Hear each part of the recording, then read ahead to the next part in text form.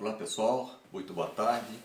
Hoje é 9 de junho de 2020, estamos gravando o vídeo 05, dando continuidade ao nosso estudo sobre escatologia.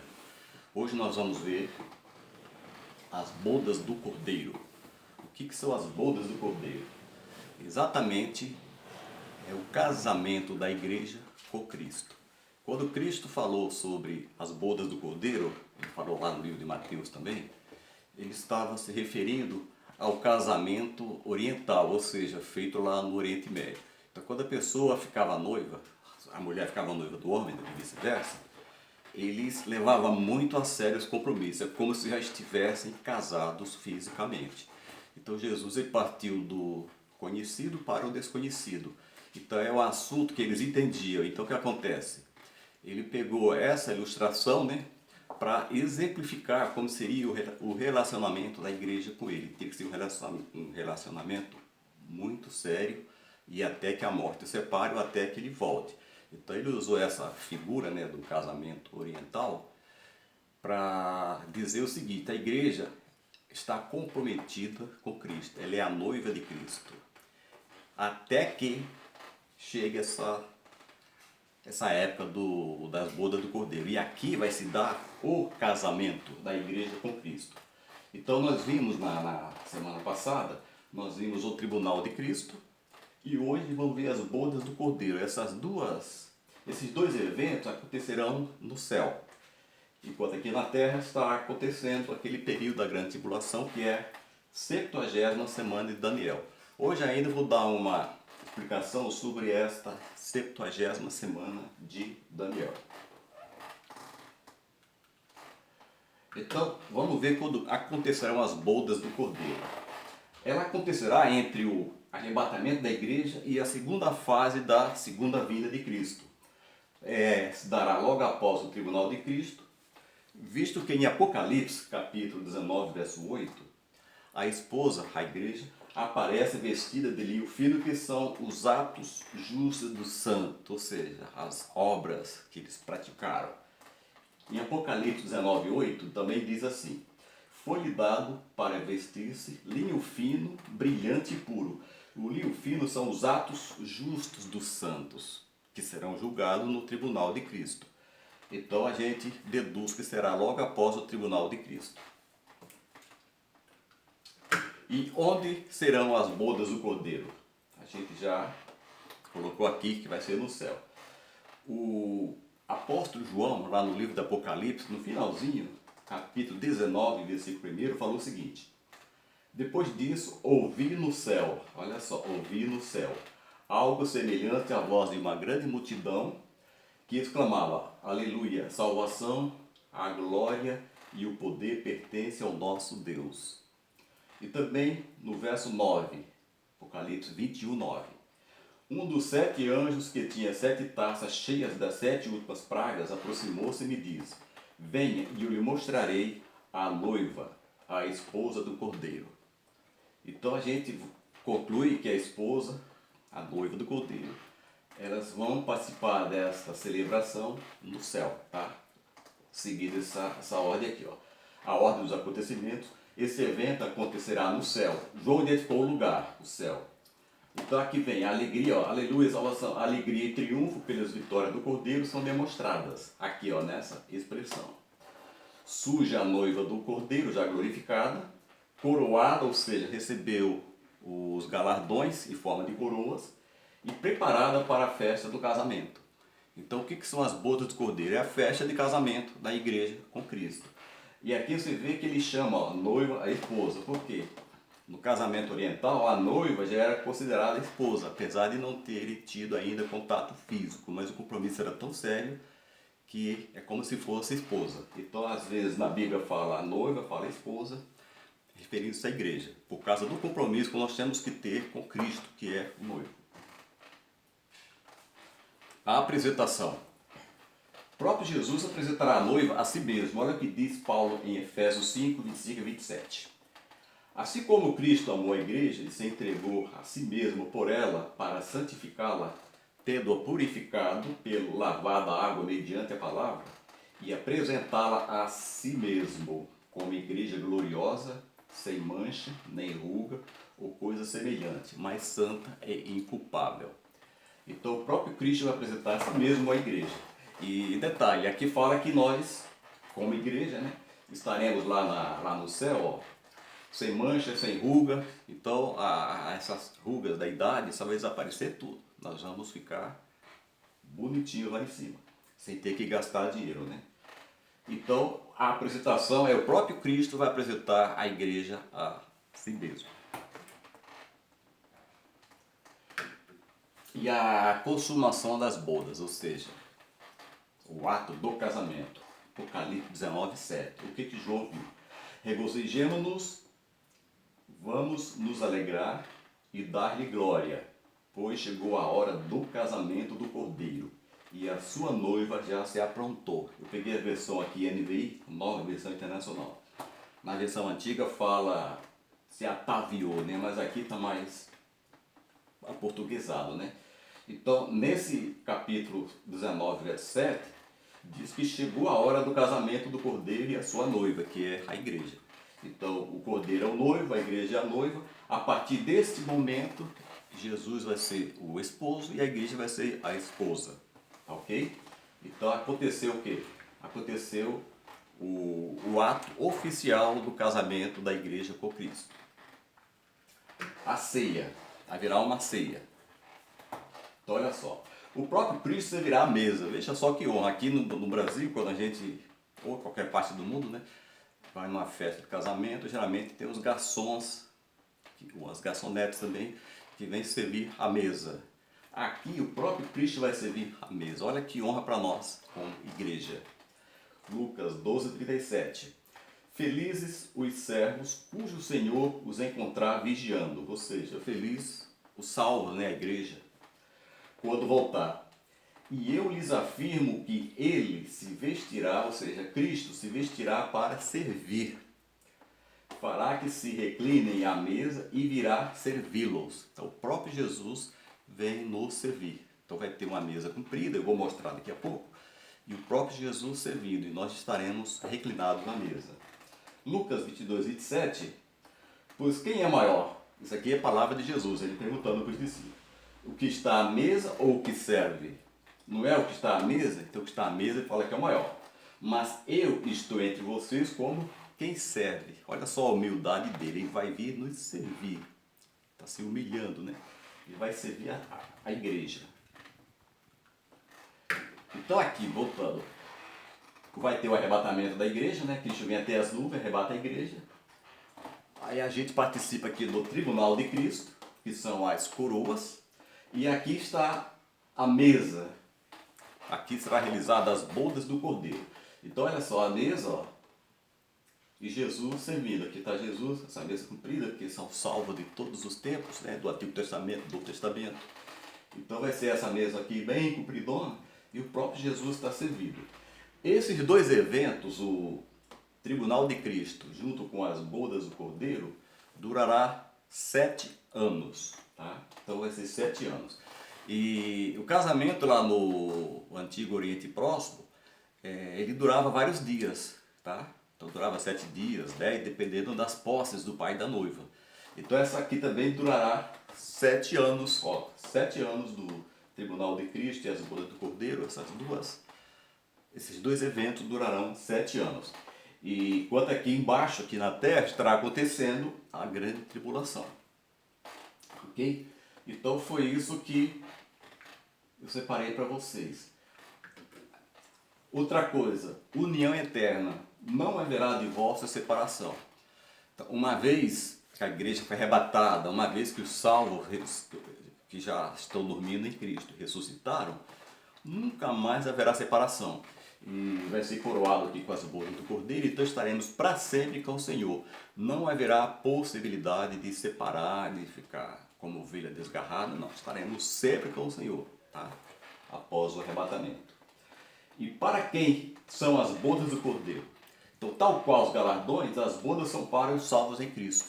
Então, essas duas cerimônias, né, o Tribunal de Cristo e as bodas do Cordeiro, estão reservadas para os salvos. Quem são os salvos? Aqueles que aceitam Jesus Cristo como Senhor e Salvador das suas vidas. e procura servi-lo, né? Procura santidade, procura estar na palavra, praticar boas obras. Então, são para este que estão reservadas essas duas cerimônias. O Paulo escreveu em 2 Coríntios 11:2 assim, ó: o zelo que tem por vocês, ou seja, Paulo para a igreja, é um zelo que vem de Deus.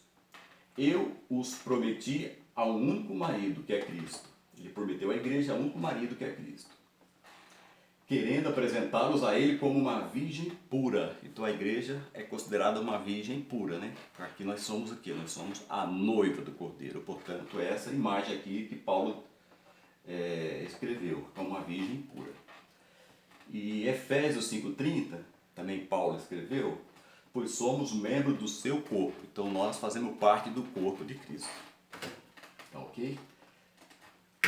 E para concluir essa parte das bodas do Cordeiro, né? Então no céu, os salvos receberão as recompensas, que são as coroas, ou seja, o tribunal de Cristo, os galardões, por suas obras feitas na terra. E as bodas do Cordeiro coroará a igreja pela sua fidelidade a Cristo. Então vale a pena ser fiel a Cristo, vale a pena aceitar Cristo como nosso Senhor e Salvador e ser fiel até a morte, como ele falou. E depois dessa cerimônia das bodas do Cordeiro, Cristo desce, tá? Será 7 anos após o arrebatamento, ele desce, será a segunda fase da segunda vinda, porá fim à grande tribulação, né, que tem durado 7 anos, que é o cumprimento da 70ª semana de Daniel. E como a gente fala muito da 70ª semana de Daniel, eu vou então, antes de falar da grande tribulação, eu vou explicar o que acontece nessa semana da grande tribulação. Daniel, ele estava lendo o livro de Neemias, né, e tinha lá, fazia uma referência a 70 semanas. Ele ficou em dúvida, buscou em oração. Então Deus mandou o anjo do Senhor, né, dar resposta para Daniel. Então está lá no livro de Daniel, por volta de 500, 600 a.C.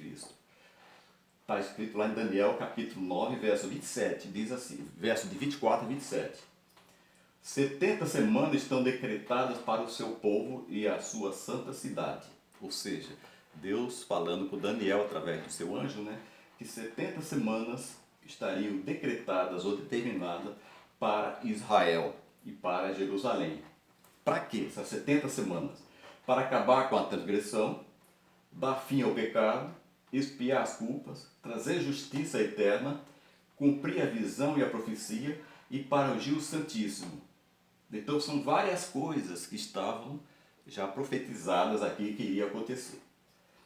Saiba e entenda que a partir da promulgação do decreto que manda restaurar e reconstruir Jerusalém, até que ungido o líder venha, haverá 7 semanas e 62 semanas. É meio complicado, mas eu fiz um desenho linear que dá para a gente entender.